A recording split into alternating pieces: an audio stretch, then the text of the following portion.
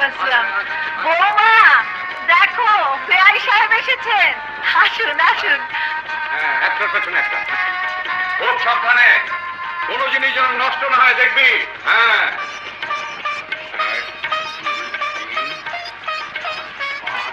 2, 3, 4, 5, 6, 7, 8, 9।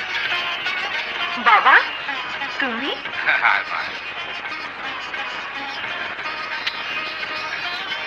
বেঁচে থাকো বাবা, বেঁচে থাকো। বৌমা বেআই সাহেবকে বসতে বলো, আমি আসছি। সব এসে গেছে, টেলিভিশন, ফ্রিজ, খাট, পালং, সোফা সেট। বাবা এসব কি এনেছো?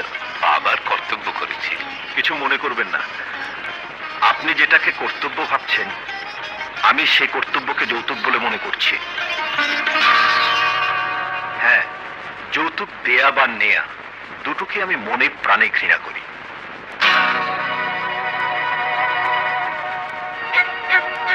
বেশ তো, তুমি এক যৌতুক ভাবছো কেন? আমি ভালোবেসেও তো দিতে পারি। যে ভালোবাসা মানুষের মর্যাদাকে ছোট করে, যে ভালোবাসা একটা সক্ষম মানুষকে অচল করে দিতে সাহায্য করে, যে ভালোবাসার পেছনে করুণার দান করার আনন্দ প্রচ্ছন্নভাবে কাজ করে, সে ভালোবাসাকে হজম করতে কষ্ট হয়। তুমি আমাকে অপমান করছো? না, শুধু দোয়া চাইছি আমি যেন আমার যোগ্যতা দিয়ে আপনার মেয়েকে সুখী করতে পারি।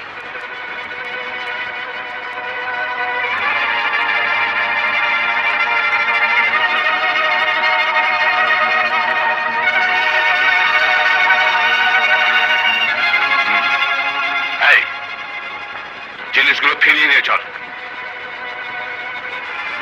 আরে বেআই সাহেব কোথায়? চলে গেছেন। চলে গেছেন? কি ব্যাপার, বেআই সাহেব মিষ্টি মুখ না করে চলে গেলেন?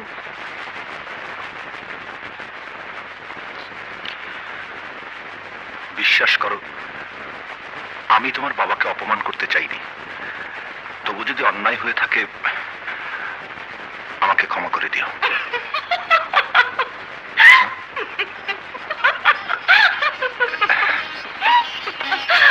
কোথায় ভাবলাম বাবার হয়ে আমি তোমার কাছে ক্ষমা চাইবো, তা নয়। এখন দেখছি তুমি নিজেই উল্টো আমার কাছে ক্ষমা চাইছো। আজ আমি এমন স্বামীর গর্বে গর্বিনী, যে স্বামী তার যোগ্যতা দিয়ে তার স্ত্রীকে সুখী করতে চায়। রিনি, আল্লাহ আমার প্রতি মেহেরবান। বাচ্চাও নেই, ঝামেলাও নেই। বাচ্চা হলে বড় হবে, বড় হলে বিয়ে হবে, বিয়ে হলে আপনাদের মতো ঝামেলা হবে। পৃথিবীতে অনেক বাপ মেয়ে আছে, কিন্তু আপনাদের মতো কেউ নেই।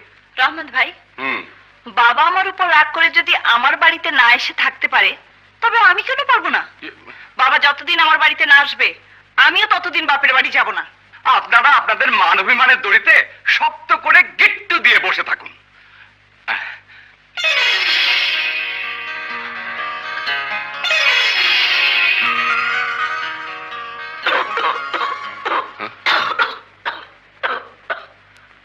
অমন করে কে কাশছে? আমার শাশুড়ি।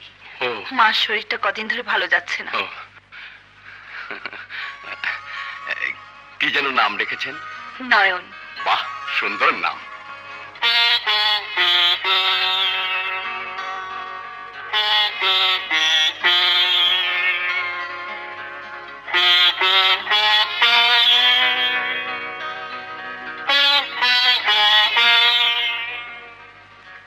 কার উপরে অভিমান করে নিজেকে কষ্ট দিচ্ছেন? সত্যি করে বলুন না হুজুর, এই খোকামনের মুখখানা আপনার দেখতে ইচ্ছে করে না? আদর করতে ইচ্ছে করে না? কেন করবে না? রহমত, আমি কি মানুষ নই? মন বলে কি আমার কিছু নেই? শুধু দুঃখ, মেয়ে হয়ে তিনি আমাকে চিনল না। আসলে আপনারা দুজনেই দুজনকে চেনেন না, কিন্তু আমি চিনি। আপামনিকে একবার টেলিফোনে আসতে বলুন। আপনার টেলিফোন পেলে আপামনি ঠিকই খোকামনিকে নিয়ে চলে আসবে। হ্যাঁ, এই শুনছো? আরে কাছে আয় না, একটা কাজ কর, কাল সকালে আমরা চলে যাই।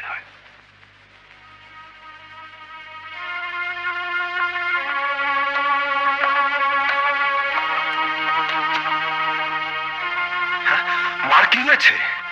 সকাল থেকেই ভীষণ জ্বর, কিছুতেই নামছে না। আমার ভীষণ ভয় করছে, শিগগির ডাক্তার ডেকে নিয়ে এসো। হ্যাঁ, আমি এক্ষুনি যাচ্ছি।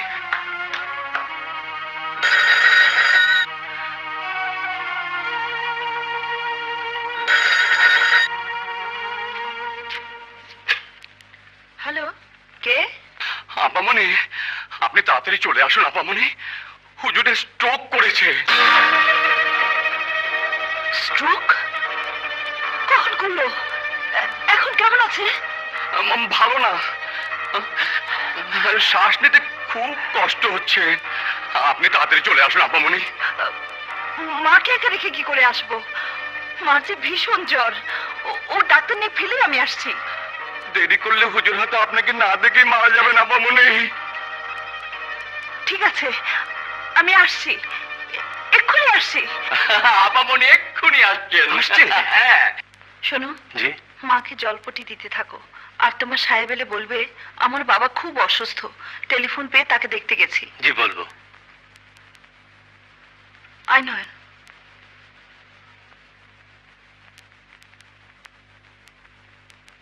কিরে, এখন আসছে না কেন? আসবে তো বেবি ট্যাক্সি নয়, রিক্সায়। ট্রেনে তো নয় যে বলা মাত্রই চলে আসবে।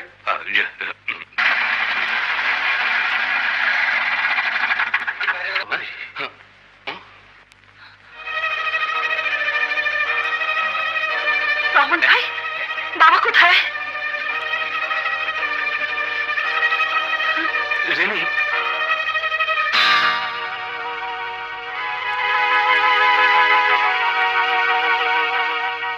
বাবা তুমি? হ্যাঁ আমি। অতৃপ্ত চোখ দুটাকে একটু তৃপ্তি দেবার আশায় তোকে মিথ্যে খবর দিয়ে এখানে ডেকে আনিয়েছি। বল, আমি অন্যায় করেছি? তোর পথ চেয়ে অপেক্ষা করতে করতে আমি হাঁপিয়ে উঠেছি, তাই তোর কাছে মিথ্যে বলেছি। বল, আমি অন্যায় করেছি? সত্যি যদি অন্যায় করে থাকি তাহলে তুই আমাকে ক্ষমা করে দে মা। না বাবা, তুমি কোনো অন্যায় করনি, কোনো অন্যায় করনি। মা, বাবা, আসুন, বসুন।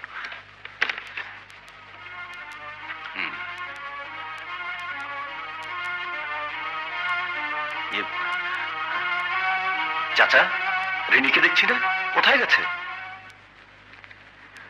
আসি বাবা। সে কি রে, কত আশা করেছি আজ বাপ বেড়িতে একসঙ্গে বসে খাবো। তুমি বুঝতে পারছো না, আমার শাশুড়ি অসুস্থ। সামান্য কিছু মুখে দিয়ে গেলে তোর শাশুড়ি মরে যাবে না। আজ নয় বাবা, আরেকদিন। আরেকদিনের কথা আরেকদিন হবে। আপনাকে খাওয়াবে বলে উনি নিজের হাতে বাজার করেছেন, দাড়ি থেকে রান্না করিয়েছেন। আপনি না খেয়ে গেলে হুজুর খুব দুঃখ পাবে। একটু কিছু মুখে তুলে নিন, টেবিলে সব রেডি।